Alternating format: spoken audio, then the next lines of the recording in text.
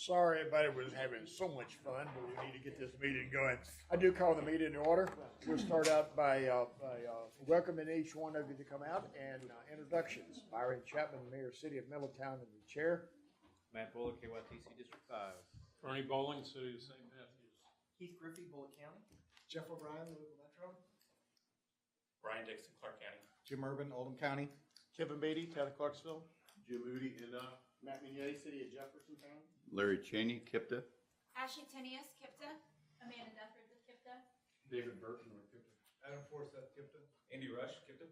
Elizabeth Arthur, Kipta. Sarah Bear, Kipta. Nick Bales, Kipton. Ben Apple, Pauline Clark, Beats. Gretchen Milliken, Louisville Metro. They're going Louisville Metro. Patty Bennett, Barry Armstrong, Washington. Welcome each and every one of you. Moving on to item number 2, February 28, 2019 TPC meeting minutes. Motion to approve. So moved. Have a second? Second. I have a motion second. Any additions or corrections? All in favor, aye. Aye. Opposed? Hearing none, motion for the minutes to carry. Public comment period. This is the time that you can address this board. Anyone wish to do that at this point? Going twice. Item number 4, public meeting report. Ashley, welcome. Thank you very much. I was not here in February, so I'm going to talk about February and March's outreach. We attended the Complete Streets meeting for Louisville on February 11th. On February 12th, we were at the Age Friendly Louisville meeting. On February 13th, we met with Louisville Public Media. On February 15th, I attended Creative Mornings. On February 19th, we held an open house for the MTP and TIP amendments at the Southwest Regional Library. On February 28th through March 1st, I was in Austin for an IAP2 Skills Symposium. I'll talk a little bit more about IAP2 in the meeting. On March 12th, I was at Age Friendly Louisville, and March 21st, we went to the J-Town Business Expo, and yesterday, March 27th, we were at the Regional Mobility Council, and tomorrow we'll be at the Complete Streets Louisville meeting again. Any questions? Looks like you've been busy. Thank you so much. Thank you. Okay, item number 5, proposed amendments to the Horizon 2035 Metropolitan Transportation Plan and for fiscal year 2018 through 21. Amanda. Yes, thank you. Welcome. It's a mouthful. Yes, it is. All right, we have 2 short amendments to discuss today. Amendment 11 of our MTP and Amendment 4 of our TIP. I'm going to allow the TV to warm up a little bit before we get started. All right, here we go.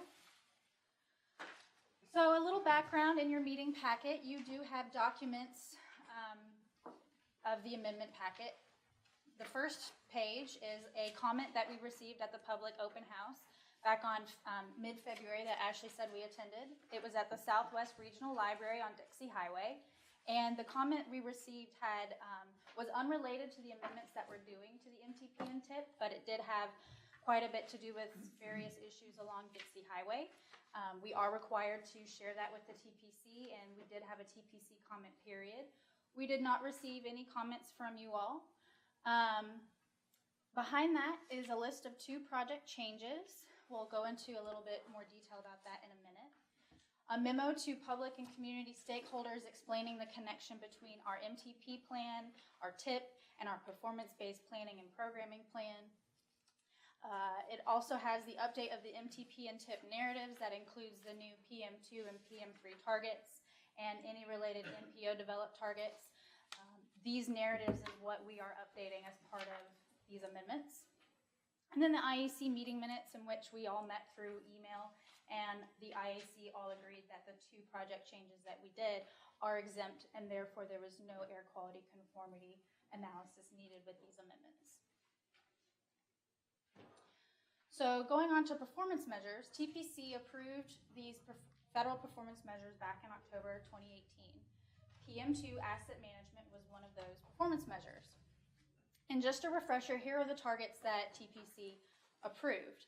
They had to do with pavement performance on the interstate and the non-interstate NHS, the percent pavement's good, percent poor, and also the bridge performance, the percent of deck area of bridges on the NHS in good condition and in poor condition. So all of these targets that TPC approved back in October, now it's time to put those targets in our MTP and TIP. And so that's what we're amending. We're just updating the narratives to put what you previously approved into that document.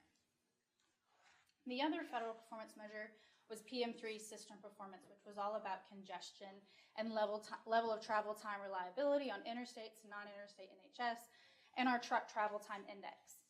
Now, back in October, when the deadline to set targets was coming up, at the time we couldn't calculate these targets ourselves, and so we just went with the other option of saying we support the statewide targets set forth by KYTC and NDOT. So now we're putting that target into our MTP and TIP narratives. Actually, as it turns out, in a few months we'll probably be able to talk to you about some preliminary targets that we're talking about. We are able to calculate this data ourselves. We just couldn't do it back in October. So get excited because that's coming soon. All right, the proposed project changes to our MTP and TIP today. Well, the MTP, there are no project changes. The only thing we're changing to the MTP today is just putting those performance targets into the narratives. We had two minor project changes to the fiscal year 18 to 21 TIP, one in Kentucky, a Jeffersontown project, the Olmsted Stone Arch Bridge Rehab and Trail Project, phase 2. That project previously was in a previous TIP, was not in our current TIP, and that project ended up getting more funding and needed to move forward in fiscal year 19. And in order to do that, we had to assign it a parent. We had to administratively modify it and give it a parent. But since we're doing an amendment, we're actually taking the parent away. The project has grown up, it can live on its own now. And so that's all we're doing is just we're taking the parent away. So it's strictly an administrative change. In Indiana, we had one project, the statewide on-call consultant review. It's an NDOT project. It's an ongoing project. The cost was above our group project threshold to be administratively modified to the TIP, and so that's the only reason we were amending it. And so here was our schedule for this very short, very fast amendment. We got TTCC recommendation 2 weeks ago. We are asking for TPC to approve both of these amendments today, and then we'll send it on to FHWA for their approval, hopefully before the end of May. Are there any questions? Can we take these amendments together? They have to be separate. We have to have Okay. one for the MTP amendment and one for the TIP amendment. Are we ready for a motion then for the MPT? Make a motion to approve amendment number 11 to the MTP. Second? Second. Have motion second. Any questions about the First Amendment? All in favor, aye? Aye. Opposed? First motion carries. Now the second motion is for the, Amendment 4 to the fiscal year 18 to 21 TIP. need a motion again? So moved. Second? Second. Any questions about it? All in favor, aye? Aye. Motion does carry. Thank you so much. Thank you. You know, you're talking about the parent, the kids, I guess Matt would be our parent then, right? Okay, sorry about that, madam. It's okay. The participation plan update, Ashley? Good morning, everybody. Good afternoon, sorry. I mentioned in the public outreach report that I was going to talk a little bit about what P2 is, and I think sometimes people, even on our staff, are confused about when I'm saying that I go to these conferences. But P2 stands for public participation, and it's any process that uses the public input to help solve a problem or make decisions. So we have tried for years to really try and get more and more public weigh-in, and I have found working with IAP2, I'm able to learn from other collaborators who work across the country in different areas and do the same kind of job as me, that this is a great organization. I'm here today to talk about what IAP2 does. IAP2 is the International Association of Public Participation. So it's a lot of US people, but then there's also a Canadian area, there's a Euro-Asia, and there's a Australia. We work together to talk about ways that we can make public participation better and hear how people have succeeded and failed in their areas. It's best when you get public weigh-in before you start a project, so you don't have the outrage after you start the project. There's people who want to know what's going on and they don't fully understand, so the IAP2 organization really wants to put down the barriers, like people might not trust government. They might not understand why we spend the money we do. This is to try and help people understand why we do things, the processes that we use. So we're going to be doing a new public participation plan later this year. And I'm talking today about IAP2 because I became an ambassador back in October. And I feel like if more of the agencies in the KIPTA region or in Indiana or in the whole state of Kentucky were involved, we could share ideas a little more smoothly. So if anybody from your agency is interested, there's some federal agencies, state agencies, transportation agencies, and then just school districts that are involved. They have a spectrum, and when you do a project, the way they look at the spectrum is you don't have to do every single one of these, but when you're doing the project, consider these different items. So are you going to inform, consult, involve, collaborate, or empower? Most of the projects that we do are at the inform, consult, and involve level. We inform them what we're doing, we consult with them, and we involve them. But we don't always get to go all the way through the end of the project to do the empowering and some of those steps. But that's one of the steps on the spectrum, so that's something that they look at. It's just important to talk to the community and find out what's going on. So here's the 7 core values. I'm going to go to the first one. Public participation is based on the belief that those who are affected by a decision have the right to be involved in the decision-making process. I don't think anybody disagrees with that. When we're working on the first, we want to make sure we're engaging people and figuring out the best way to engage them. The core value number 2 is public participation includes the promise that the public's contribution will influence the decision.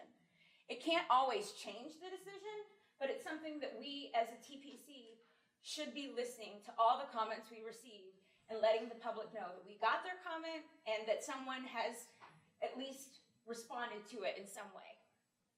Core value number 3, public participation promotes a sustainable decision by recognizing and communicating the needs and interests of all the participants, including decision makers. So you want to make sure that your outreach is meaningful.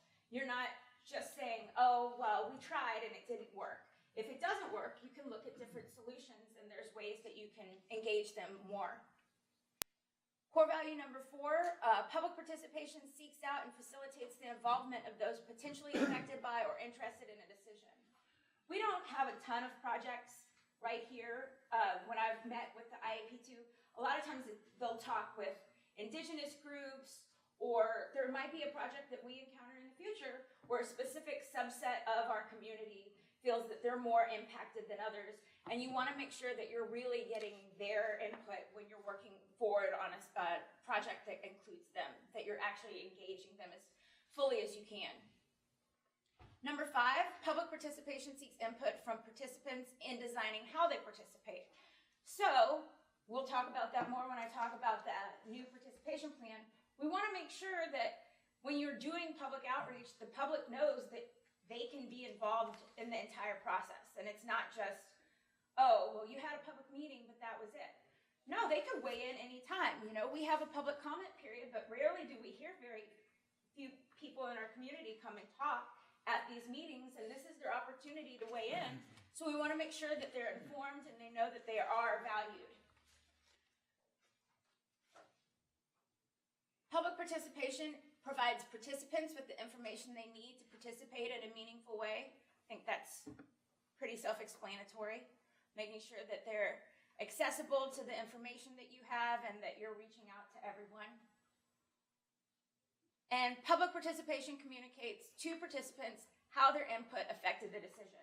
So after we do a public comment period, we'll send a message via email, sometimes a phone call, to the people who have responded. If it's to an amendment or if it's to a full, update to a plan, we will let them know, we got your comment, the TPC heard it, this is how, the TPC felt about that comment.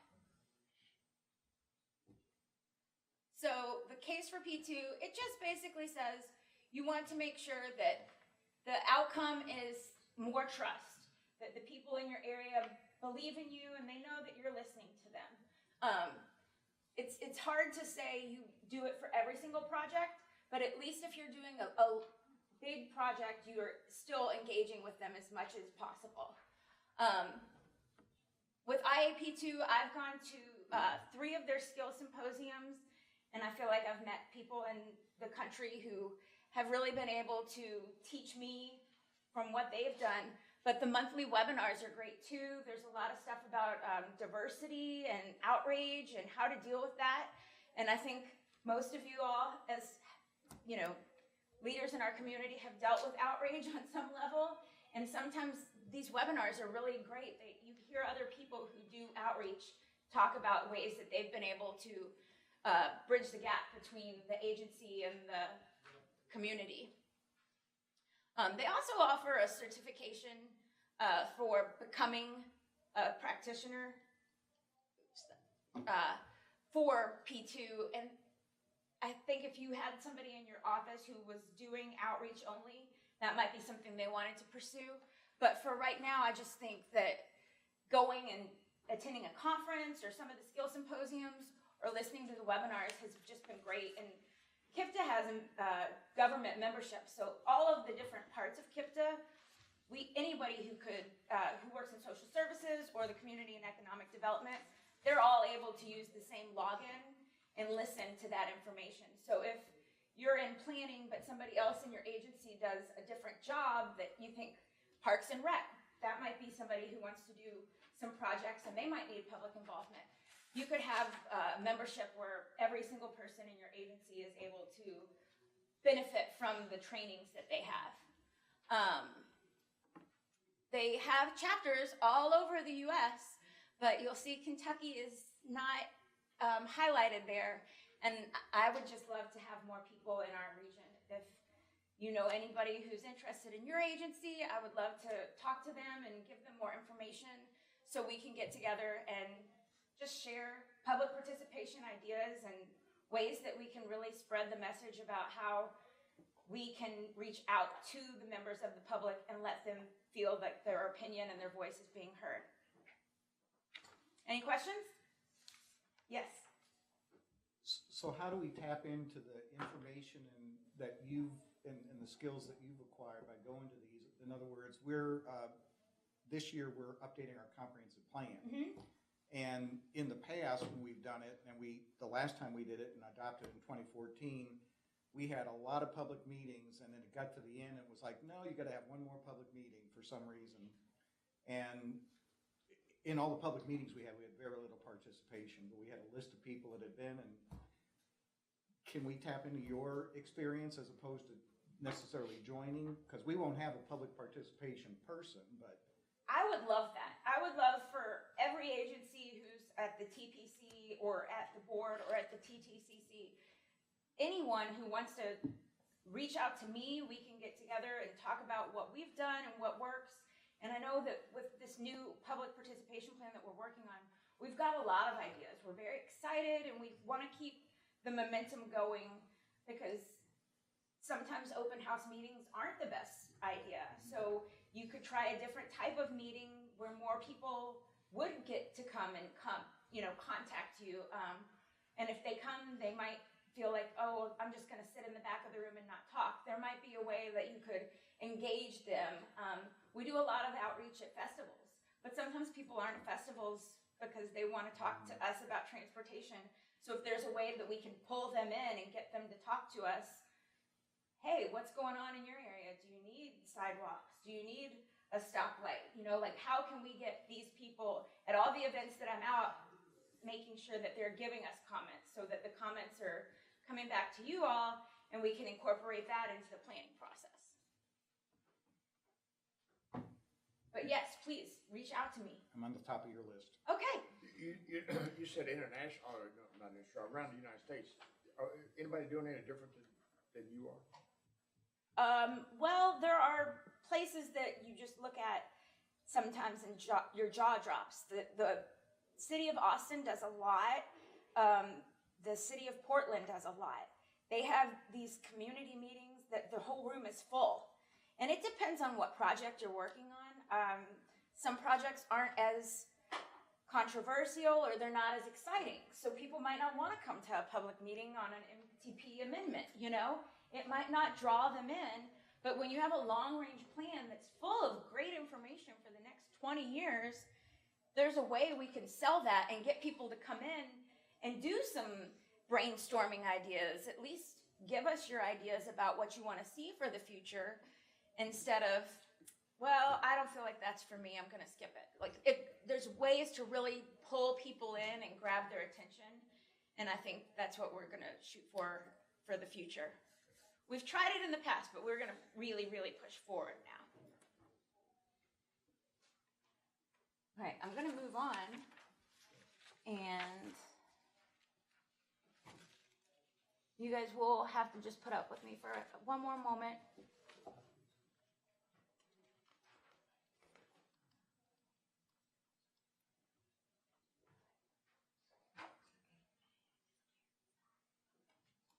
Okay, so we talked about how important participation is, and we were talking about IAP 2. Well, now I'm going to talk about the participation plan working group that we're forming for the KIPTA participation plan. Here's a timeline of what we see happening. We've been meeting since February 1st weekly to talk about our participation plan and the pros and the cons, what's in it, how we could change it. And we knew that we needed to get a working group ready, and today we're meeting with you all to talk about the participation plan and seek members to join our working group. It's a little bit different the way that we're hoping to adopt this participation plan, because there's a little break in June. So we're going to do outreach pretty strong in April and May. Then we'll have to take a June, July, and August break, and then come back like strong in September. And we have a 45-day public comment review. That's how the federal certification requires us to have 45 days of public comment when we do a new participation plan. So starting on September 19th, we will start public involvement. And on November 2nd, that will be the last day for public involvement. So November 13th, we'll have the TTCC recommend the adoption of the participation plan, and then we'll bring the participation plan to the TPC at the November 19th meeting, which is the one that's always held at the Marriott. So it will be adopted this year. We will be within our required amount of time. Basically, we adopted the current plan in 2014. And each year I do a review. I talk about what's in our plan and what we've done throughout the year and how we've engaged people. But this year is the time for the update. So we do need to make sure that we get it updated this year.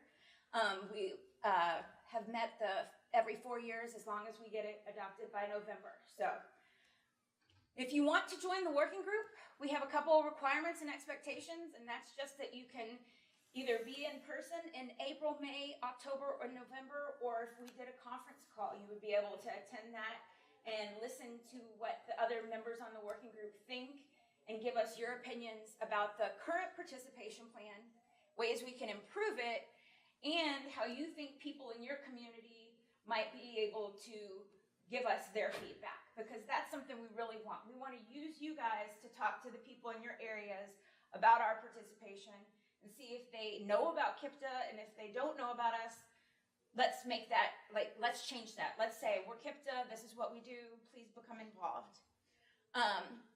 When we evaluate it, we'll start meeting in April, but in November, once we've had the public comment period, we will want to go over those comments.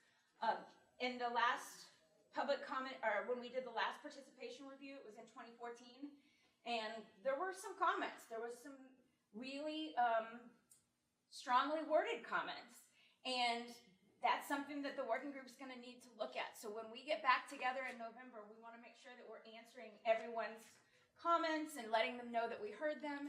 And if something needs to change in the participation plan before that November TTCC meeting, we're going to put that in the new adopted, or we'll try and get that in the adoption of the update.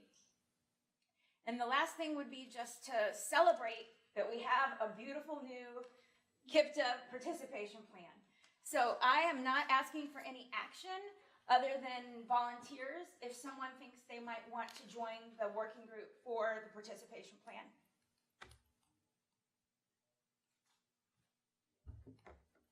Matt Bullock has said yes. Come on, join me. If you don't want to sign up today, then you can email me or call me. And if you feel like you're not the person from your agency, but someone else might want to, if you have a public outreach person, or if there's someone who you think would be beneficial in doing outreach and working with us on this, then please send them my way. We'll take as many volunteers as we can. And like I said, we'll meet in April and May, and then again in October and November. I did sign my mirror, so Okay, you should have seen me. thank you very much. You'll have somebody there from Oldham County, I'm not sure who. Okay, I appreciate the involvement. It's really, I'm passionate about it, so. And we already have One of our Keith staff. and, Pardon? Can we have one of our stamps? Yes, sir. Yeah, if you wanted to send someone from Middletown, Okay, that would be great. okay, I will. Yeah. And If you just notify me, when the next meeting is, and keep me up to speed. I'm going to send out an email to anyone who says that they're interested. Try and find a date that works and a time that works. And if you can't be here, again, we can teleconference and do the meeting that way, just so we say that we've met in April, make some changes, meet again in May, make some changes, have a little break, and then when I get back in September, really just push forward as fast as we can to get it through in November. Did you give this presentation at TTCC? It has not been given to TTCC, no. Thank you guys very much. Thank you. Item number 6 looked like it was a blank, so we're going on to 7, the SHIFT project sponsorship. This is Mr. Laird. yes, sir. For those of you who are at the TTCC meeting, we went through this shift exercise that we're doing every 2 years or so. We were given direction by the TTCC and TPC based on the way we did it last time, was to take all the projects that are in the MTP and the CHAF database that fit both that criteria and evaluate them in our new evaluation process. 2 years ago, we had 2 components of that process in place, and we ran that same process last time. Seemed to work pretty well. We ended up with some pretty important projects getting funding here in our community. So what we did this time is the same thing. We ranked the projects, scored them through our new process, and we went down through that list. We had the opportunity to sponsor, and when we say sponsor, it's a sponsor with a little s. You don't commit any funds to that project necessarily. It's just sponsored to go through the cabinet's evaluation process. So we had the opportunity to sponsor 54 projects. We went down the list. We worked with the district office, who also has the opportunity to sponsor projects. So we took those off the list, and then we took the next 54 in order. And that's what's represented in the handout. And it runs down to, pages are not labeled, but through page 7, about 4 projects from the bottom, there's a heavy line there. So page 6 plus those 6 projects are what we were sponsoring.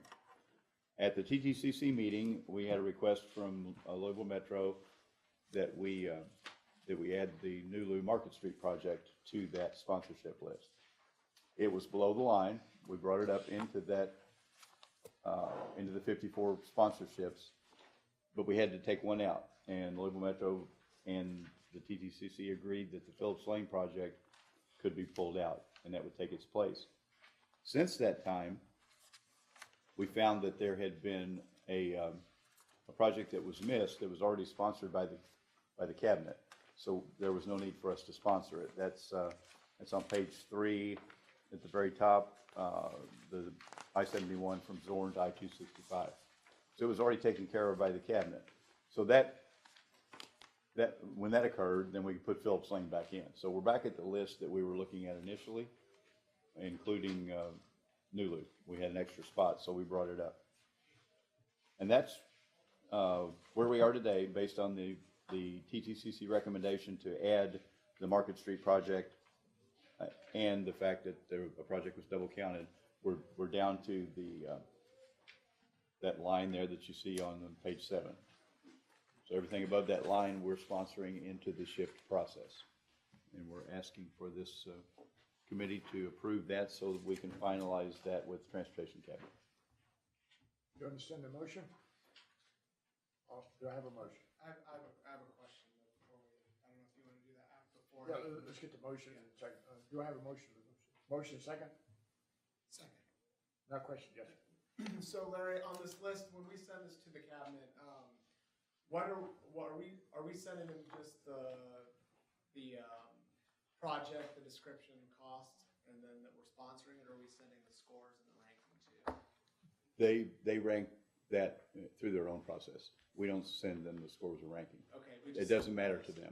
Okay, so we just are gonna send them the list. Just identify the projects based on their ID number, and then it goes through their evaluation process. Another question? I've just got a question on the ones that fall below Yes. the thick line. What's the process moving those forward? Well, we'll have another chance in 2 years. We can obviously move those forward ourselves if we have locally dedicated funding to do that. But through the cabinet's process, the opportunity would present itself again in 2 years. If some of these don't make it, can they move up that way? A project withdrawn due to matching funds or something, some. Well, we sponsored 54 projects. The district gets 70 plus. Area Development District, we get 20 plus.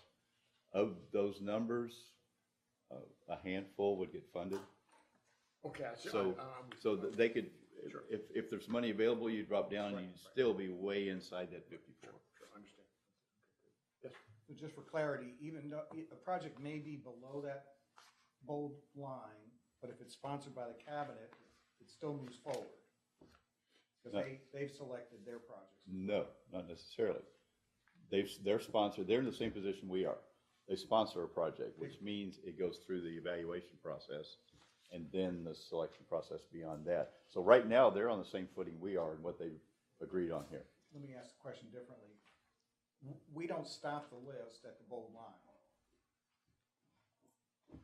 What do you mean? Well, I'm concerned about 393. It's three projects No, below that no. bold line. No.